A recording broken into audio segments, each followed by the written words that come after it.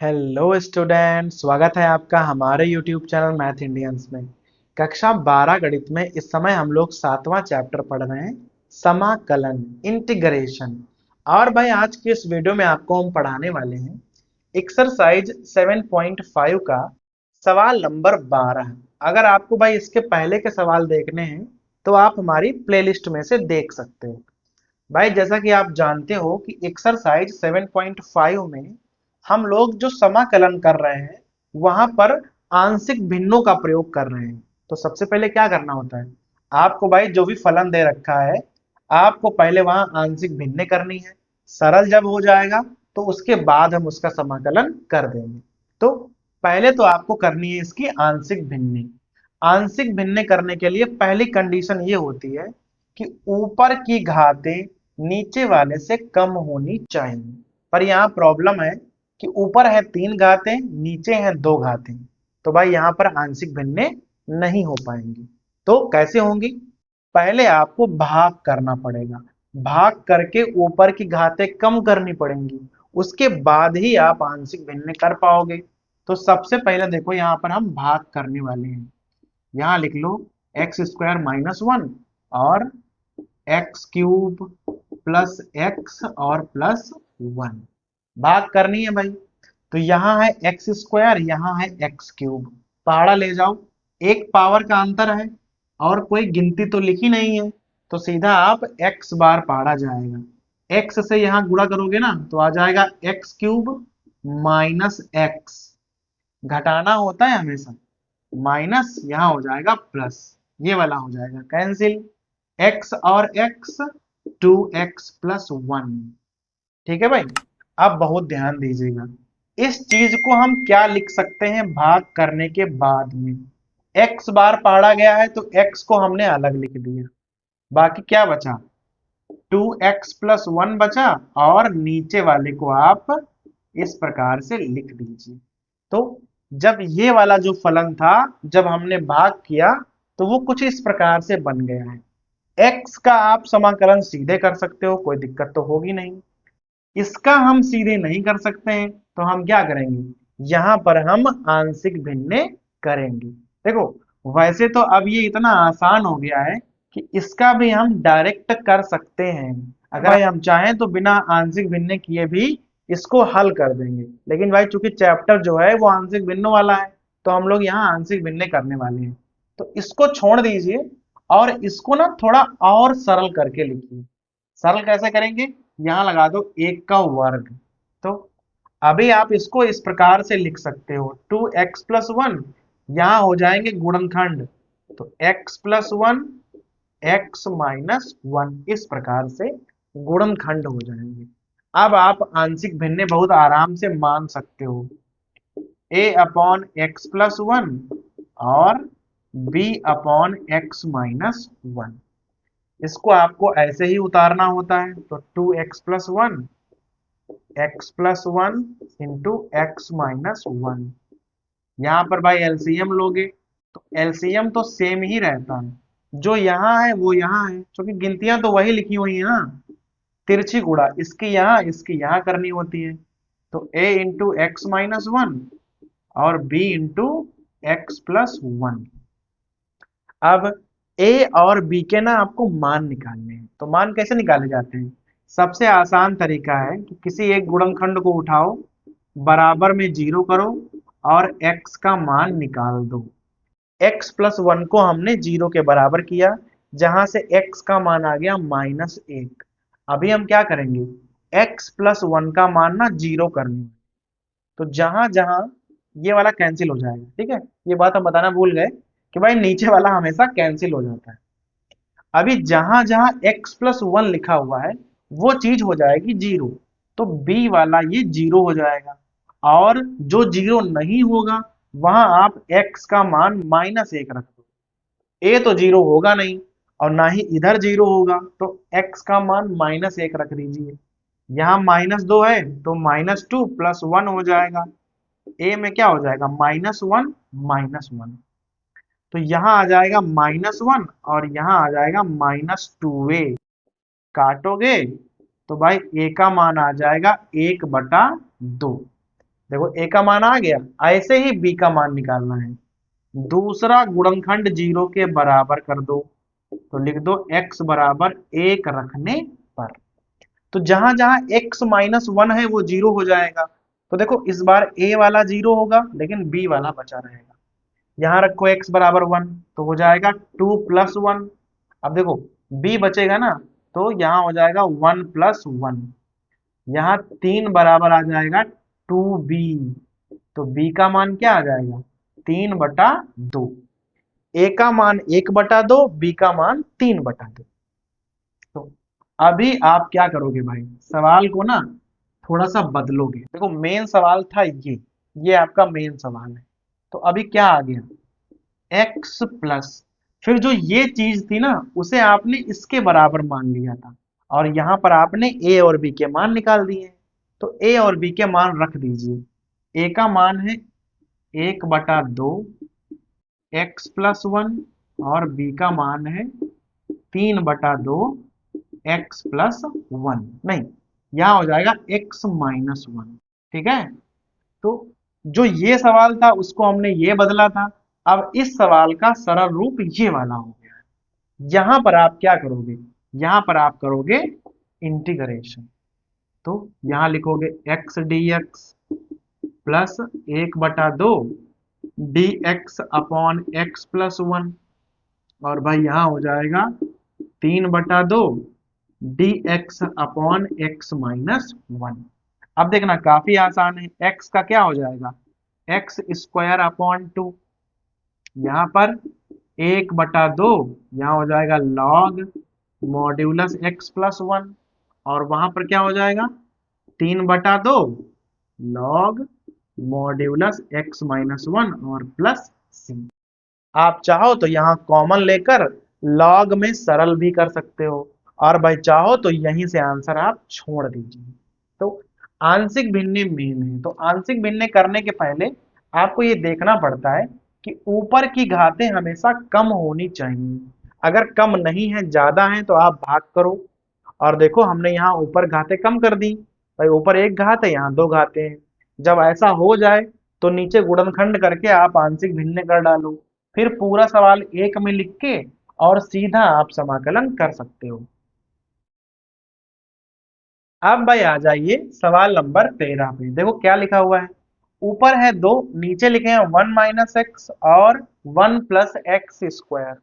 भाई देखो नीचे दो गुणनखंड है हमारे पास, लेकिन यहाँ पे एक प्रॉब्लम है कि ये वाला गुणनखंड है जिसमें x की एक घात है, लेकिन जो ये वाला गुणनखंड है उसमें ना x की दो घातें हैं, और यहाँ पर इसके आप गुणनखंड भी नहीं कर पाओगे।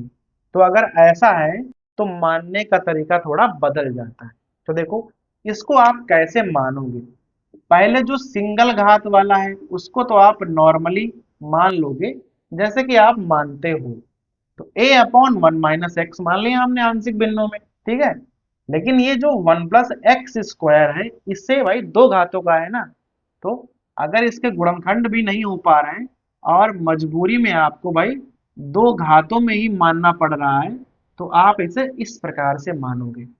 दो घातों का है तो आप मानोगे बी एक्स प्लस सी अपॉन 1 प्लस एक्स स्क्वायर। अगर एक और होता तो हम कैसे मानते, डी एक्स प्लस ई अपॉन जो भी होता, ठीक है। मतलब भाई यहाँ हम दो को एक साथ लेके चलते हैं, कब, जब नीचे दो घात वाला गुणनखंड हो और उसके गुणनखंड भी ना हो रहे हो, मजबूरी में हमें दो ही घातें रखनी पड़ रही है, ठीक है। अब क्या करना है, बाकी हल वैसे ही करना है आपको, ए बी और सी के मान वैसे ही ज्ञात करने हैं, बस केवल मानने का तरीका बदल जाता है। इसको आप वैसे ही उतार लो, 2/1 minus x 1 plus x square.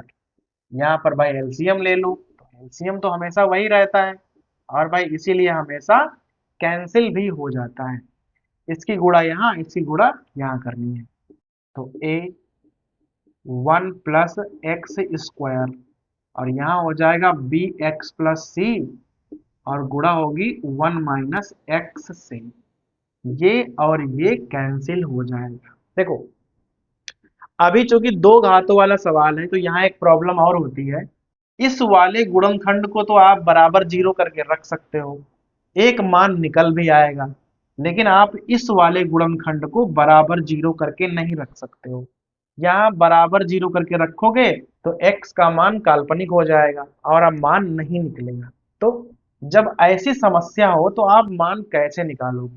तो हम बिना जीरो रखे भी मान निकाल सकते हैं। यहाँ पर हम क्या करेंगे, किसी का भी मान जीरो नहीं रखेंगे और भाई फिर भी आपको बताएंगे कि ए बी और सी के मान कैसे निकाले जाते हैं। बहुत ध्यान देना, यहाँ बचेगा दो बराबर में, यहाँ पहले आप गुणा कर लो पूरी, तो हो जाएगा A plus A x square, उधर देखो भाई क्या हो जाएगा, B x minus B x square plus C minus C x. इसको तो वैसे ही उतारना है, यहाँ पर थोड़ा ना सही कर लो। सही करने का मतलब है एक्स स्क्वायर वाले आप पास पास ले लो, तो हो जाएगा ए माइनस बी।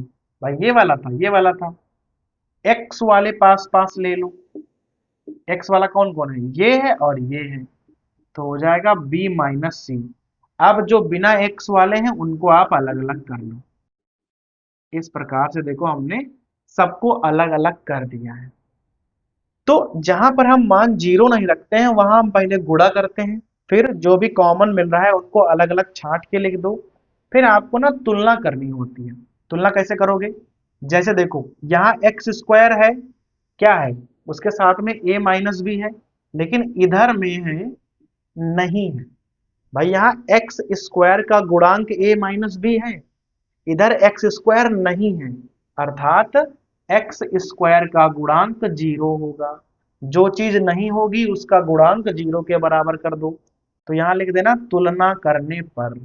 अब देखो a माइनस बी का मान जीरो आ गया। यहाँ x का गुणांक क्या है, b माइनस सी, यहाँ x नहीं है ना, तो b माइनस सी बराबर भी जीरो हो जाएगा, काम खत्म। यहाँ a बराबर b आ जाएगा, यहाँ b बराबर c आ जाएगा। लो, तीनों ही मान आपस में बराबर आ गए। अब बिना x के यहाँ दो लिखा है, बिना x के यहाँ a प्लस सी लिखा है, अर्थात a प्लस सी यहाँ भी अचर है और यहाँ अचर क्या है, दो है।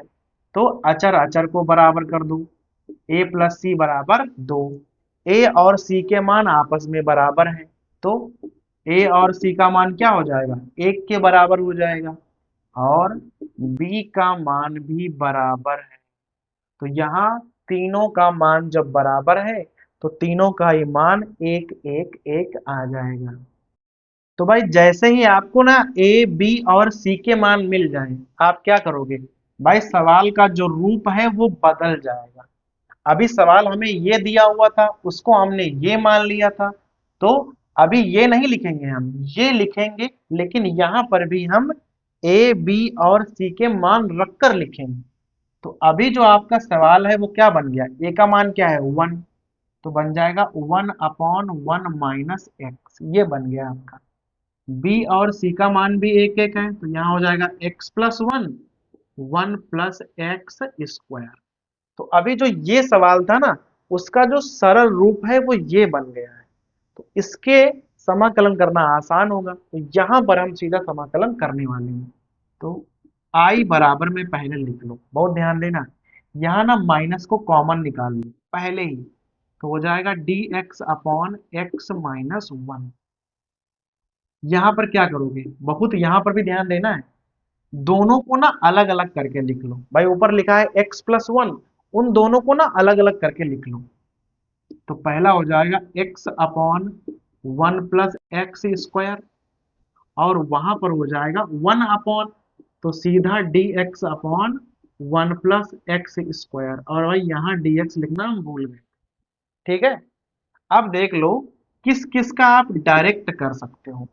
इसका हम डायरेक्ट कर सकते हैं माइनस और लॉग में आएगा एक्स माइनस वन, क्लियर है। इसका भी आप डायरेक्ट कर सकते हो D x upon one plus x square, सूत्र होता है tan इनवर्स एक्स का, लेकिन बीच वाले का आप डायरेक्ट नहीं कर पाओगे। उसके लिए क्या करना पड़ेगा, थोड़ा सा मानना पड़ेगा, माना 1 प्लस एक्स स्क्वायर बराबर टी मान लोगे। अवकलन करो तो 2x dx बराबर हो जाएगी dt। तो वहां से x dx का मान 1/2 dt रखना पड़ेगा। तो भाई बीच वाले को हम यहां लिखे ले रहे हैं। x dx का मान क्या है? 1/2 dt। बाहर निकाल लो तो dt अपॉन t इस प्रकार से बन जाएगा। अब देखो पूरा एक साथ लिखेंगे हम। पहले इसको लिख लो, माइनस लॉग मॉड्यूलस में x माइनस 1। फिर उस वाले को लिख लो, tan इनवर्स x। इसका क्या हो जाएगा? 1/2 log t। और t का मान हम डायरेक्ट रख दे रहे हैं। बार बार कौन लाइन लिखेगा भाई? ठीक है, अभी t लिखे हैं फिर अगली लाइन में मान रखे। तो हमने क्या किया, log t लिखा हुआ था, सीधे हमने t का मान रख दिया। और भाई देखो आपका समाकलन आराम से हो गया। तो अगर सवाल को आप बहुत ढंग से पढ़ते हैं, आंशिक भिन्न कर लेते हैं, तो भाई समाकलन तो आप बहुत आराम से कर लेंगे। मेन है इस चैप्टर में जो ये प्रश्नावली है, यहाँ पर मेन क्या है? मेन है आपकी आंशिक भिन्न। ठीक है, तो भाई ये हो गया हमारा सवाल नंबर 13।